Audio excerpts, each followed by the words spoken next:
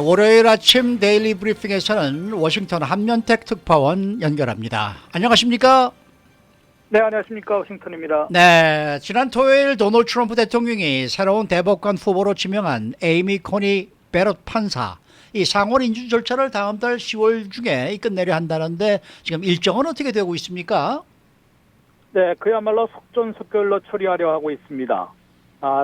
상원 인준 절차는요. 네. 먼저 지금 말씀드린 대로 상원에서 지명자에 대한 배경 조사를 하게 됩니다. 아하. 여기 상당한 그 시간이 걸리는데 지난 90년 이후에는 평균 50일 걸렸습니다. 네. 그런데 이번에는 보름 만에 끝내겠다라고 공화당 상원이 추진을 하고 있습니다. 그 이유는 이제 그 다음 절차가 상원 법사위원회 청문회 일정인데요. 이 네. 청문회 일정을 벌써 공개해버렸습니다. 10월 12일 날 청문회를 시작하겠다. 그러니까 12에서 보통 사흘 하거든요. 네. 10월 12일 날 첫날에는 양측의 입장, 상원의원들과 또 이제 이 지명자에 대한 그 입장 표명이 있을 것이고요. 그 다음에는 이제 13, 14일 이틀 동안은 질의응답을 하게 됩니다. 네. 여기에서는 이제 외부 인사 증언도 있을 수가 있고요. 상황에 따라서 이제 보통 사흘 동안 열리는데 이 날짜를 정해놓고 보니까 대통령 지명일로부터 상원 배경조사 기간은 보름에 그치는 것입니다. 네. 대통령 지명일로부터 상원 법사위원회 청문회 시작 날짜를 계산해 보니까 16일이 불과하거든요. 아하. 아까 50일 걸린다고 그랬는데 16일 만에 청문회를 갖는다는 얘기는 그만큼 최단 시일 내에 그렇죠. 청문회를 시작하겠다라고 네. 상원 다수당인 공화당이 미리 이제 공개를 해버렸습니다. 네. 공화당도 할 말은 있습니다. 왜냐하면 이제 에이미 코니 베럿 지명자가 바로 2년 전에 트럼프 대통령에 의해서 대칠 연방 항소법원 판사로 지명이 돼서 그 당시 이미 그 상원 조사도 했고 청문회도 걸쳤고 인준을 받았는데 아하. 처음부터 다 다시 할 필요가 있겠느냐. 네. 그러니까 빨리 할 수 있다라는 것도 그렇고요. 이번에 지명을 확정하는 최종 낙점하는데도 이 점을 아마 하나의 고려 요소도 뽑힌 것으로 해석이 되고 있습니다. 네. 아무튼 상원 지명자의 배경조사, 그 다음에 법사위원회 3일간의 청문회, 그 다음에는 10월 15일부터는 심리 절차를 갖게 되고요. 법사위원회 표결이 늦어도 22일까지는 실시가 될 것 같습니다. 네. 그렇게 되면 이제 사실은 부결돼도 상원 본회의로 넘어가거든요. 네. 근데 가결될 게 분명하고요. 상원 본회의에서는 2, 3일 동안 토론을 벌이고 토론 종결, 그다음에 최종 인준 표결을 하는데 10월 26일부터 시작이 되지 않겠느냐. 그다음에 29일까지는 최종 인준 표결까지 끝마치는 그런 일정. 달리 말해서 11월 3일 선거 직전에 상원 인준까지 마치는 그런 속전속결을 펼칠 것으로 예고를 하고 있습니다. 네. 민주당 쪽에서는 이를 저지할 만한 마땅한 무기도 없고요. 또 공화당 상원 의원들 가운데서는 이탈자도 적습니다. 그래서 속전속결이 성공할 듯한데 어떻게 예상하고 계십니까? 네, 민주당으로서도 사실 좀 자승자박입니다. 왜냐하면 60표 장벽이라는 게 있지 않았습니까? 예. 그렇죠. 이것을 뉴클리어 옵션이라서 제일 먼저 없앴던 것은 사실은 민주당이었습니다. 그 다음에 지금 현재 법관에 대해서 대법관에 대해서 60표 장벽을 없이 51표만 얻으면은 통과시킬 수 있도록 한 것은 지금 현재 다수당인 상원 공화당 상원인데요. 네. 공화당 상원이 이번 선거에서 어떻게 될 때까지는 내년 1월 3일까지는 규정이 그대로 유효가 되기 때문에 공화당이 이제 51명만 뭉치면은 그대로 게임 끝이다.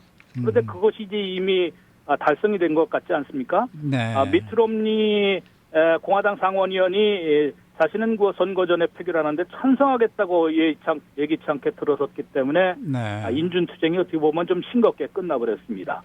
그러다 보니까 이제 민주당으로서는 우선 법사위원 내일부터 시작되는 게 이제 지명자가 상원 지도부나 양당의 법사위원들까지는 이제 개별 면담을 하거든요. 네. 인사도 하고 미리도 이제 만나서 대화를 하는 그런 시간을 갖는데 민주당 상원 법사위원들이 이 지명자를 베럿 판사를 만나지 않으려는 뭐 이렇게 피할 수도 있습니다. 네. 심지어는 뭐 상원 청문회를 보이콧할 수도 있는데 그럴 정도는 아닌 것 같고요. 네. 우선 뭐 만날 계획이 없다고 이제 표명하는 민주당 상원의원들이 있는데요.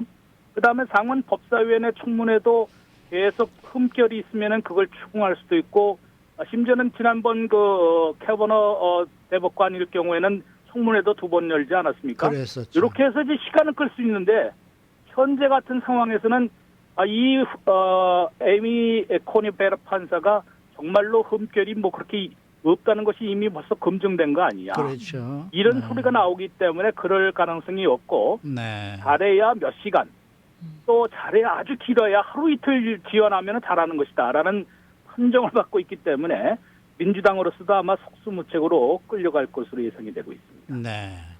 그런데 이렇게 공화당 쪽에서 속전속결로 지금 이 연방 대법관을 인준하겠다. 과연 이번 대선에서 말입니다. 이것이 공화당 쪽에 유리하게 작용할까요? 아니면 민주당 쪽에 오히려 유리하게 작용할까요? 지금 그것을 위해서 지금 아마 싸울 것을 보입니다. 우선 트럼프 대통령으로서 보면요. 네.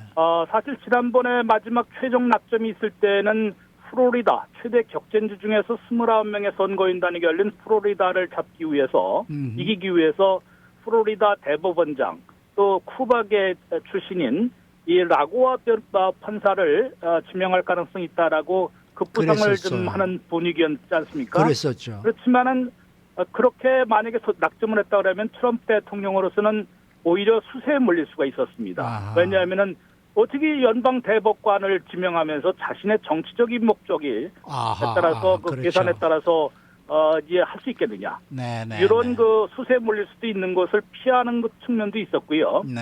다른 것은 보수 진영 전체가 사실은 이 에이미 코니 베럿 판사를 아주 전폭적으로 밀었습니다. 네. 이미 지난번 그 카베너 대법관 시절에도 파이널리스트에 들어갔던 분이기도 하고, 네. 뭐 잘 아시는 대로 7명의 자녀가 있지 않습니까? 네, 2명은 네, IT에서 입양한 이 흑인 그 자녀이고요. 네. 막내가 이제 다운 증후군, 얼굴 네, 모양이 네. 그 비슷하게 나오는 다운 증후군이라는 사실을 미리 알고서도 네.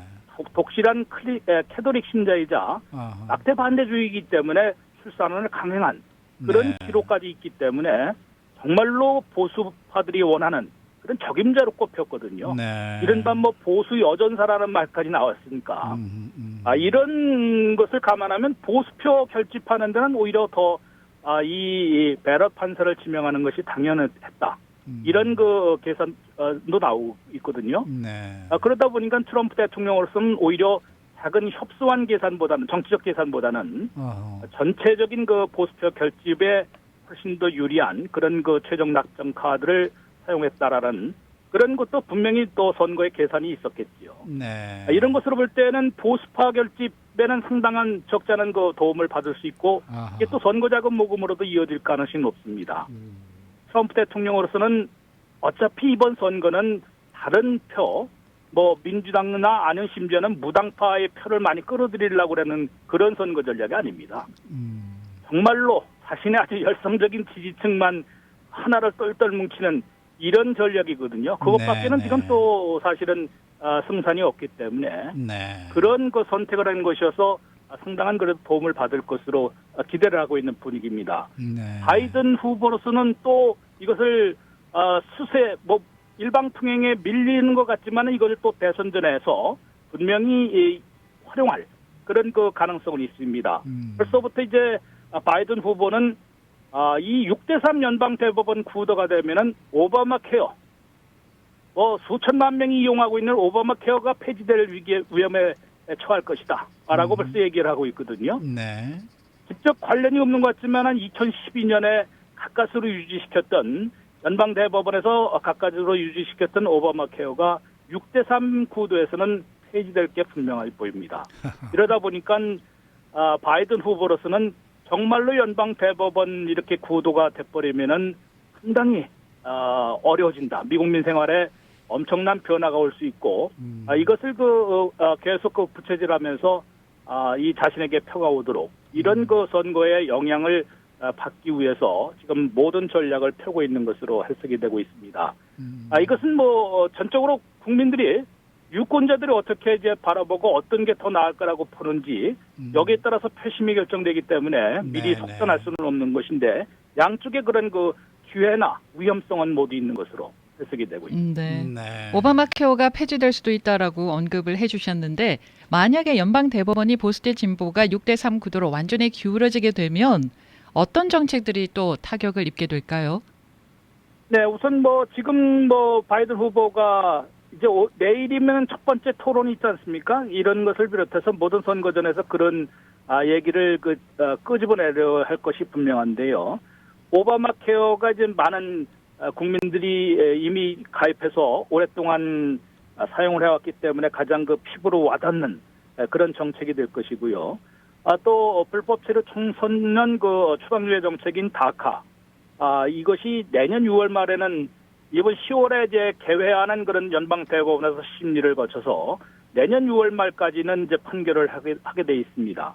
6대 3이면은 아마 이 다카도 당연히 폐지 쪽, 트럼프 대통령이 요구한 폐지시키려는 그런 데 또 손을 들어주지 않을까라는 그런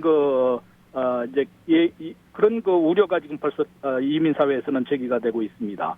다카뿐만 아니라 이제 이른바 신이민 정책 같은 것을 모조리 또 계속 소송을 걸어서 대법원까지 가져갈 수가 있거든요. 네. 이러면은 이제 여기에서 많이 뒤집힐 수 있는 그런 상황이 있고 총기 규제 같은 것도 앞으로 더 어려워질 것이 분명합니다. 그렇군요. 네. 총기 규제 같은 것을 하면은 당연히 뭐 총기 옹호론자들이 소송을 걸어서 이제 표현의 자유, 뭐 무기 소지의 자유를 내세워서 위헌이라고 이제 끌고 갈 것이 분명하기 때문에 그런 총기 규제 같은 것은 현행 법도 뒤집히거나 폐지되거나 아니면은 앞으로 총기 규제를 강화하는 그런 내용은 뭐 최근에도 총기 규제 강화법은 통과된 게 없거든요. 네. 그렇죠. 앞으로는 더 어렵다는 얘기가 됐고요. 나아가서는 누님이 말씀드린 대로 여성 낙태권을 처음으로 인정했던 1973년에 이게 상당히 오래된 법 연방 대법원 판결 아니겠습니까? 예. 네. 로우 대 웨이드라는 이런 판결을 연방 대법원의 결정입니다. 이것을 연방 대법원에서 다시 뒤집으려는 그런 시도를 계속해야 하는데 5대 4 구도에서는 그게 안 됐었거든요. 네. 그런데 이 지금 말씀드린 대로 아까 자신의 어찌 보면 장애의 막내를 출산을 강요할 정도로 낙태 반대론자인 이 베러 판사가 들어선다면은 분명히 6대3 구도에서는 이 로우 대 웨이드라는 여성 낙태권을 인정한 판결조차도 연방대법원에서 또 뒤집히는 그런 결과를 가져올 것으로도 지적이 되고 있습니다. 그 외에도 뭐 모든 것이 상당히 보수 쪽으로 너무 기우는 그런 판결이 6대3에서는 가능하기 때문에 지금 민주당에서는 이번 선거에서 물론 백악관과 연방상원다수당을 차지하려 하는 것이 지상 목표겠습니다만은 네. 연방 대법원이 지금 9명인데 네. 이것을 더 늘려서 물타기를 좀 하려는 그런 시도도 지금 생각을 하고 있는 것 같습니다. 네. 오늘 말씀 잘 들었습니다. 네, 고맙습니다. 네. 지금까지 워싱턴 한면택 특파원이었습니다.